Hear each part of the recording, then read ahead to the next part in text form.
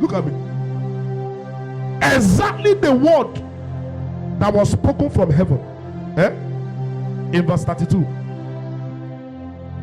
In verse 25, word for word. That was what Daniel received. Word. If you want the fountains of your prophetic stream to be pure, never compromise. You know, some of you have very heavy ordinations, but compromise has finished you. So what you're hearing, God will speak. It will echo before it pierces the flesh and enters your auditory canal. Hi. Even the time for the message fulfillment has passed. That same thing that Daniel saw in 25, he spoke to them. He was not afraid of it. He said, oh God, rain will follow you. You become an animal. Without fear. Thinking that Nebuchadnezzar will cut his head. In verse 32, that word for word, a voice fell from heaven in 31. Same thing Daniel told him in verse 25 was what they told him. May you hear God clearly after today. I said, may you hear God clearly after today.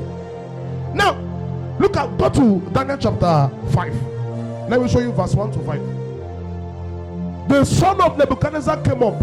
This same Daniel, he still refused to compromise.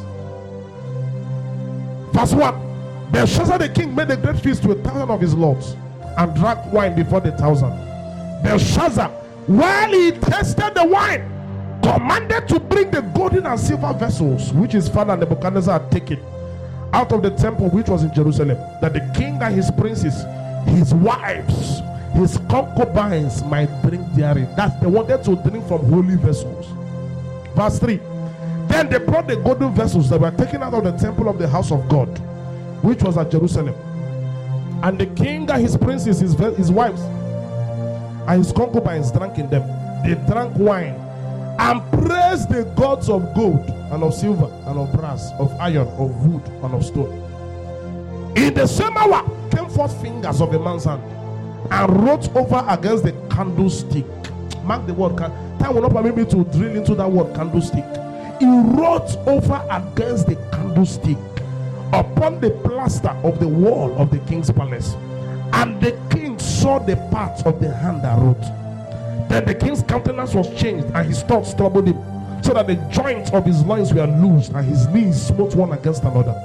The king cried aloud to bring in the astrologers, the Chaldeans, the soothsayers, and the king spake and said to the wise men of Babylon, whosoever shall read this writing and show me the interpretation thereof shall be clothed with scarlet and have a chain of gold about his neck, and shall be the third ruler in the kingdom.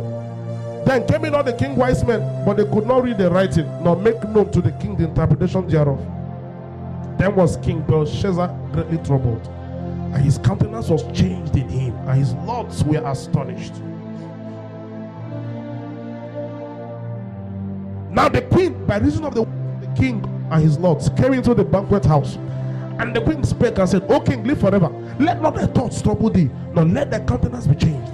There is a man in thy kingdom, in whom is the spirit of the holy gods.